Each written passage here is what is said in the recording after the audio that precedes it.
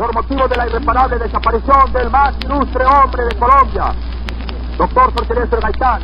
Finalmente debe desencadenarse una revolución sin par en la historia del país. Existen varias teorías sobre el magnicidio de Jorge Eliezer Gaitán. La versión oficial asegura que Juan Roa Sierra, un hombre con trastornos de personalidad, fue el autor material del crimen que estremeció al país por décadas. Señalado por un hombre misterioso de disparar contra el líder político, Roa fue ultimado a golpes por la muchedumbre iracunda sin poder dar su versión. Si bien casi todas las teorías parecen estar de acuerdo en que Roa pudo haber sido el dedo que apretó el gatillo, este sería apenas la punta del iceberg de una conspiración cuyos alcances aún siguen siendo un misterio.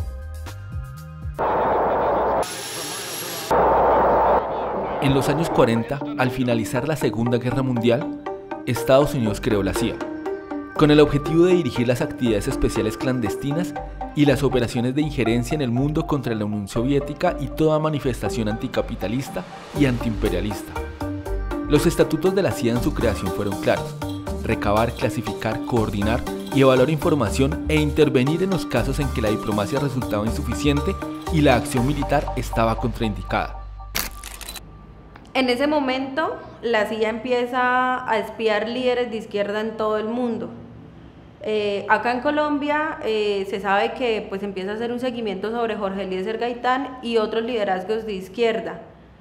Esto lo decimos porque la misma agencia admite ante el Congreso de los Estados Unidos tener 13 documentos en los cuales menciona a Jorge Eliezer Gaitán. Posteriormente, un abogado estadounidense empieza a solicitar que se desclasifiquen esos documentos y gana una batalla legal para poder conocer qué información había en estos documentos. La CIA, en el momento de desclasificarlos, lo que dice es que se pierden 11 de estos 13 documentos, ocultando de esta manera la verdad. En los archivos desclasificados entregados hay rastros de seguimiento de un agente encubierto de la CIA en Colombia. Este enviaba reportes sobre un enlace entre la Unión Soviética y Gaitán, sobre su programa revolucionario, el avance del gaitanismo y el posible escenario de la toma del poder por parte del caudillo liberal, identificando su figura como un peligro para los intereses del imperialismo norteamericano.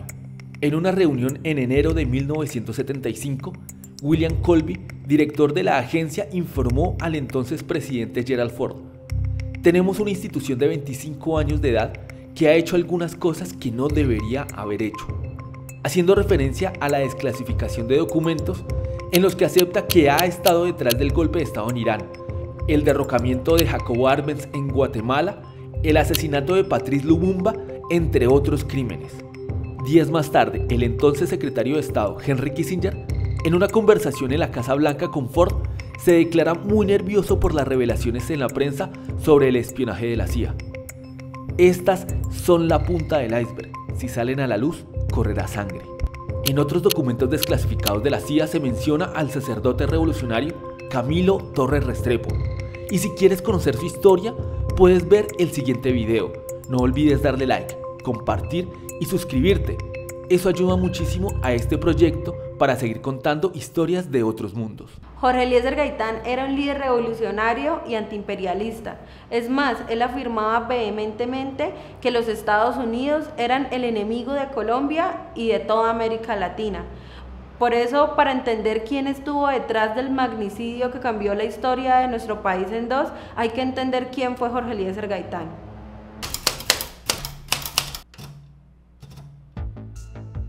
Por los pasillos del Congreso de Colombia camina un joven representante a la Cámara.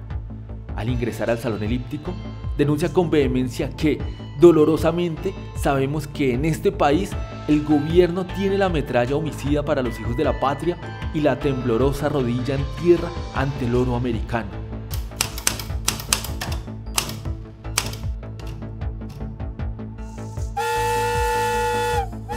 Semanas antes, el joven Gaitán recorrió la población de la Ciénaga en el Magdalena para investigar los acontecimientos del 6 de diciembre de 1928, cuando miles de trabajadores de la empresa estadounidense United Fruit Company habían sido masacrados infamemente por las tropas del ejército colombiano.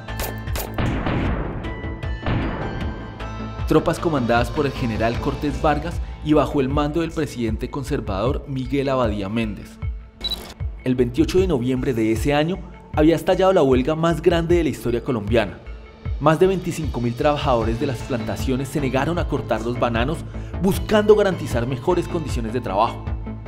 El joven parlamentario Jorge Eliezer Gaitán se propuso demostrar la responsabilidad del Estado en la muerte de los trabajadores bananeros, y al final de cada intervención, por efecto de su apasionada oratoria y por la forma de argumentar sus planteamientos, centenares de admiradores se reunían en las puertas del Capitolio para ovacionarlo y para conducirlo en hombros entre vivas por las calles del centro de Bogotá. Al final de este histórico debate, Gaitán logró la amnistía de 300 trabajadores que habían sido judicializados con penas entre 10 y 20 años, y además de esto también logró la indemnización de las viudas y de los hijos de los trabajadores que habían sido víctimas de los crímenes de los militares. Gaitán se destacó como líder estudiantil en la Universidad Nacional de Bogotá, donde se tituló como doctor en Derecho y Ciencias Políticas con la tesis titulada Las ideas socialistas en Colombia. En esta obra Gaitán se declaró socialista, aunque incorporó postulados alejados de los marxistas en su lectura de la realidad. Viajó a Italia y cursó con honores su doctorado en jurisprudencia en la Real Universidad de Roma. Este joven y talentoso abogado regresaría en 1928 a un país en el que se agudizaron las huelgas y las movilizaciones obreras. El gobierno conservador, con la excusa de la expansión soviética, lanzó acciones represivas y una ofensiva jurídica contra las manifestaciones y toda organización política socialista, como la Ley Heroica, que estableció como delitos fomentar la lucha de clases o las huelgas, castigó la prensa revolucionaria y otorgó funciones especiales a la policía para reprimir y encarcelar. Al general Cortés Vargas, la masacre en las bananeras no le generó ninguna responsabilidad, ni política ni penal. De hecho, el ministro de Guerra, Ignacio Rengifo, lo nombró como director de la Policía Nacional de Colombia el 7 de abril de 1929. Y 2 meses después, el 7 de junio de 1929, en medio de las protestas estudiantiles contra el gobierno conservador de Miguel Abadía Méndez, la Policía Nacional bajo su mando disparó contra los manifestantes ocasionando heridas a varios y la muerte de Gonzalo Bravo Pérez, el primer estudiante caído en medio de las manifestaciones contra el gobierno.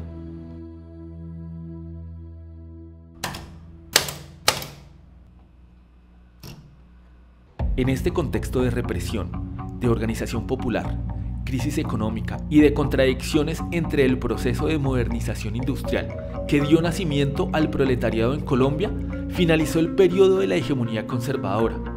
Desde 1886 hasta 1930 se habían sucedido uno tras otro presidentes del Partido Conservador, una era que finalizaría con el protagonismo del joven parlamentario que se alzó en defensa de las víctimas de crímenes de Estado. Para la década de los 30, Colombia empieza a ser administrada por gobiernos liberales, los cuales pretendían empezar a modernizar el país e insertarlo de lleno en el siglo XX, tras décadas y décadas de atraso por la hegemonía conservadora. Para Gaitán, el Partido Liberal y el Partido Conservador compartían la defensa de los intereses de la oligarquía. Por tanto, en 1933 se propuso junto a algunos liberales de izquierda, líderes campesinos y sindicales, la creación de la Unión Nacional de Izquierda Revolucionaria, UNIR, un movimiento en defensa de los sectores populares que fracasaría electoralmente al año siguiente.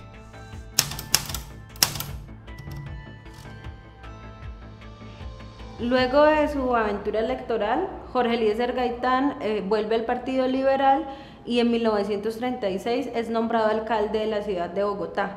Allí empieza a tomar una serie de medidas por decreto para el mejoramiento de la ciudad. Entre estas medidas, por ejemplo, estaba la pintura de las fachadas y las edificaciones. Los argumentos del alcalde para estas medidas eran la necesidad de usar el presupuesto para inversiones en cultura y educación. Un país moderno no solo debía contar con mecanismos democráticos de participación política, sino tener una población bien alimentada, bien formada física y mentalmente e instruida en higiene. Estas medidas fueron expedidas por decreto, incluso en abierta oposición a sus beneficiarios.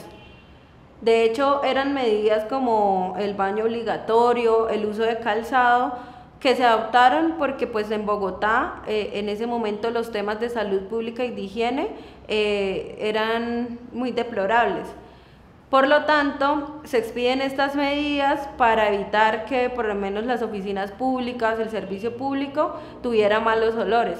Pero esto fue utilizado por la oposición para tildar a Jorge Eliezer Gaitán de dictador e intransigente. Pero sin duda las medidas que precipitarían el final de su alcaldía fueron los decretos expedidos para regular el transporte público en la ciudad, que obligaban a los taxistas a usar uniformes presentables y a instalar taxímetros regulados. Diversas movilizaciones fueron convocadas tanto a favor como en contra de la gestión del alcalde Jorge Eliezer Gaitán. Tanto así que la situación se fue agudizando hasta que en febrero de 1937 este fue destituido por el gobernador de la época. Mientras tanto, en el panorama mundial, la Alemania nazi y el Imperio del Japón desataron la Segunda Guerra Mundial, con la intención de establecer por medio de la conquista militar un dominio permanente sobre Europa y Asia respectivamente. Estas dos naciones fueron los miembros más importantes de la Sociedad del Eje, que se basó en el anticomunismo y en la insatisfacción con el orden mundial después de la Primera Guerra Mundial. Luego del ingreso de Estados Unidos al bando aliado, Colombia se declaró en beligerancia con un casus belli poco conocido. En Sudamérica y toda esta región, más de un centenar de submarinos de la Alemania nazi infestaron las aguas del Caribe y se ubicaron en nuestro territorio, más específicamente en la isla de San Andrés como punto estratégico para su abastecimiento. Esto generó que decenas de embarcaciones fueran hundidas por estos submarinos nazis, entre estas 3 embarcaciones colombianas.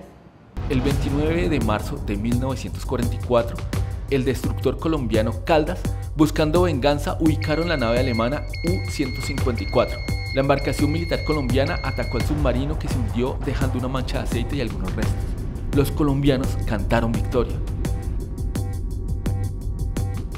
Sin embargo, 40 años después, se supo que los alemanes habían engañado a los colombianos. Esto por una comunicación registrada del mismo submarino, donde anuncia que después del ataque, el submarino se sumerge y dura ahí toda la noche y bota aceite y basura, con lo cual logran engañar a los colombianos. Como no existió una causal bélica que explicara el hundimiento de estas embarcaciones civiles, algunos historiadores plantean que se debió a diferencias comerciales entre alemanes e isleños. Y si quieres saber más sobre el conflicto entre la Alemania nazi y Colombia en el contexto de la Segunda Guerra Mundial, hazlo saber en los comentarios. Volviendo a la historia de Gaitán, el caudillo colombiano fue además un férreo opositor radical de las tendencias fascistas que se alinearon con Hitler, Mussolini y Franco en la política colombiana. Además, las comunicaciones de la CIA registraron que la Convención Liberal Gaitanista definió los siguientes principios. A las mujeres se les debe permitir votar y ocupar cargos públicos. Se debe defender la democracia. Se deben celebrar elecciones populares para gobernadores departamentales y ciertos tipos de alcaldías. Y advirtió que para las elecciones legislativas del 23 de marzo de 1947, la victoria fue concedida a los liberales con una mayoría de votos de la facción gaitanista del partido. Y esto es importante porque en el año anterior, en 1946, el Partido Liberal se lanza a las elecciones con 2 candidatos. Por un lado el oficial Gabriel Turbay y por otra parte el disidente Jorge Eliezer Gaitán, dividiendo de esta manera los votos y dándole la victoria al candidato conservador Mariano Ospina Pérez, finalizando con 16 años de gobiernos liberales. Con este resultado, Gaitán sería declarado el candidato del Partido Liberal para las próximas elecciones presidenciales.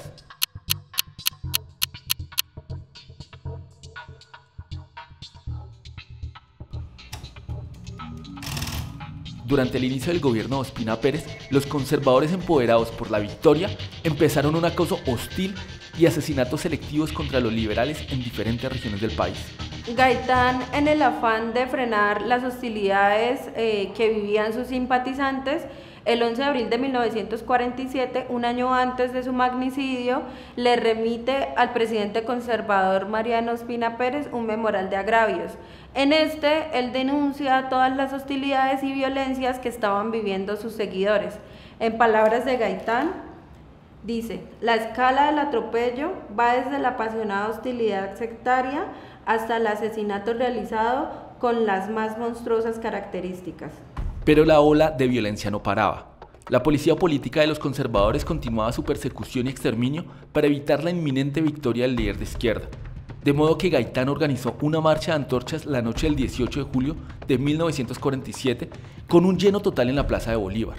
La marcha fue tan impresionante que los conservadores la interpretaron como un acto de hostilidad, tanto así que el recelo hacia Jorge Eliezer Gaitán fue aumentando y el clima social y político del país se agudizó y se hizo más violento. Y el 7 de febrero de 1948, 2 meses antes de su magnicidio, Gaitán convocó la famosa Marcha del Silencio, probablemente la manifestación ciudadana más multitudinaria de la historia de Bogotá, pues se estima que participaron unos 100.000 manifestantes en una ciudad que para la fecha tenía cerca de 400.000 habitantes. Y 10 días antes del magnicidio, inicia la 9ª Conferencia Panamericana, una reunión de delegados, ministros de Relaciones Exteriores y presidentes de las Naciones de América. Estados Unidos llega a Bogotá con el objetivo de cerrarle el paso al comunismo y aplicar la doctrina de seguridad nacional, la cual le da un tratamiento de enemigo interno a la población inconforme con el capitalismo. Entonces esto quiere decir que le da tratamiento de guerra a aquellos y aquellas que están en contra de las injusticias.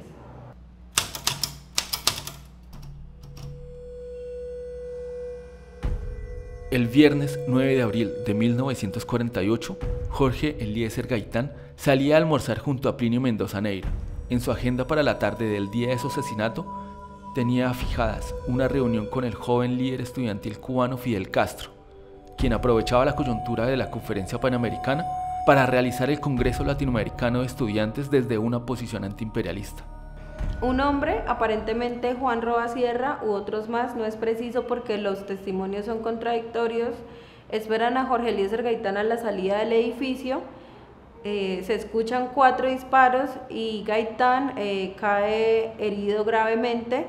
Él es trasladado a la clínica central y alrededor de las 2:05 de la tarde anuncian su muerte. Roa, por su parte, fue acusado por un hombre misterioso de ser el asesino y fue linchado, amarrado con corbatas en la carrera séptima y arrastrado hasta la casa de Nariño.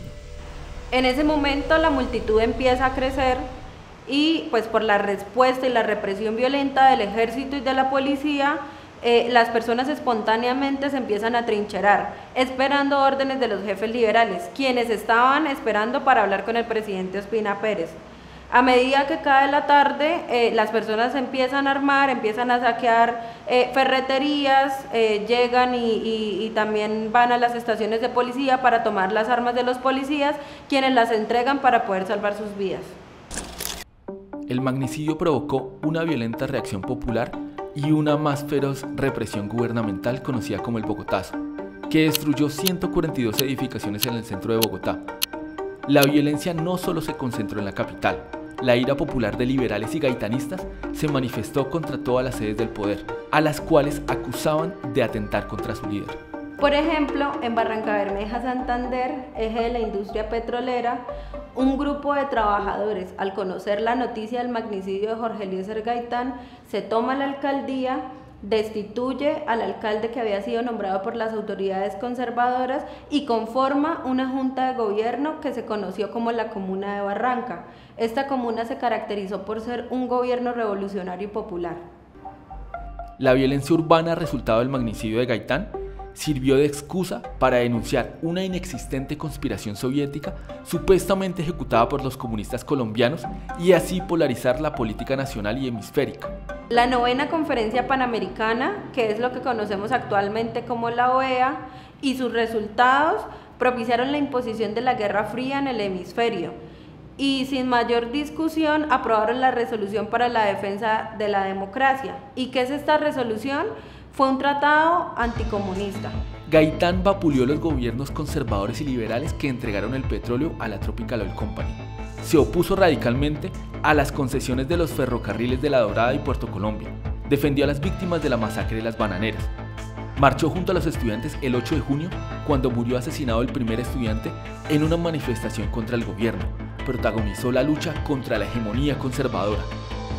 El discurso de Gaitán iba más allá del alegato populista. Las élites eran conscientes de la fuerza de su discurso que lograba amenazar las estructuras de poder político tradicional. Su carisma y elocuencia, su cercanía con los sectores populares como mujeres, indígenas, campesinos, afro, trabajadores, víctimas, estudiantes, alentaban la movilización, la rebeldía y las energías en la gente. Levantó su voz en el Congreso a favor de los campesinos para destapar la estructura de la tenencia de la tierra en manos de los terratenientes. Consideraba a Estados Unidos el enemigo de Colombia y de América Latina, y se enfrentó a la oligarquía liberal conservadora que ha dominado el país. Para muchos políticos liberales y conservadores, el gaitanismo representaba un peligro para sus intereses. La CIA afirmaba que Jorge Eliezer Gaitán tenía conexiones soviéticas y que además era inminente un levantamiento popular. Es por eso que resulta difícil creer la versión oficial de que un hombre asesina a Jorge Eliezer Gaitán por no darle trabajo. La totalidad de los archivos de la CIA no han sido revelados, y aunque hemos descubierto a quién ha beneficiado su magnicidio, los responsables intelectuales del crimen del siglo que marcó la historia de Colombia en dos siguen en la impunidad. En Colombia no hay justicia, pero hay memoria.